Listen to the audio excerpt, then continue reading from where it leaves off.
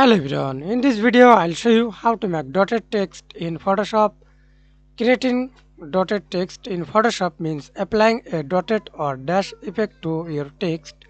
This is useful for creative typography, graphics, design and making eye-catching text style.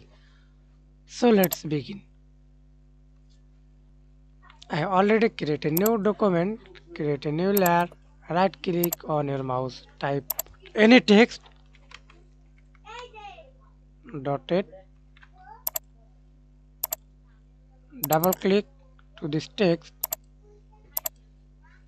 size, then select on the text layer, right click on your mouse, convert to shape, click shape tool, mode shape without fill, stroke, choose your stroke color black, then stroke options, dash line, dotted line, increase the dotted size, increase or decrease, align middle outside.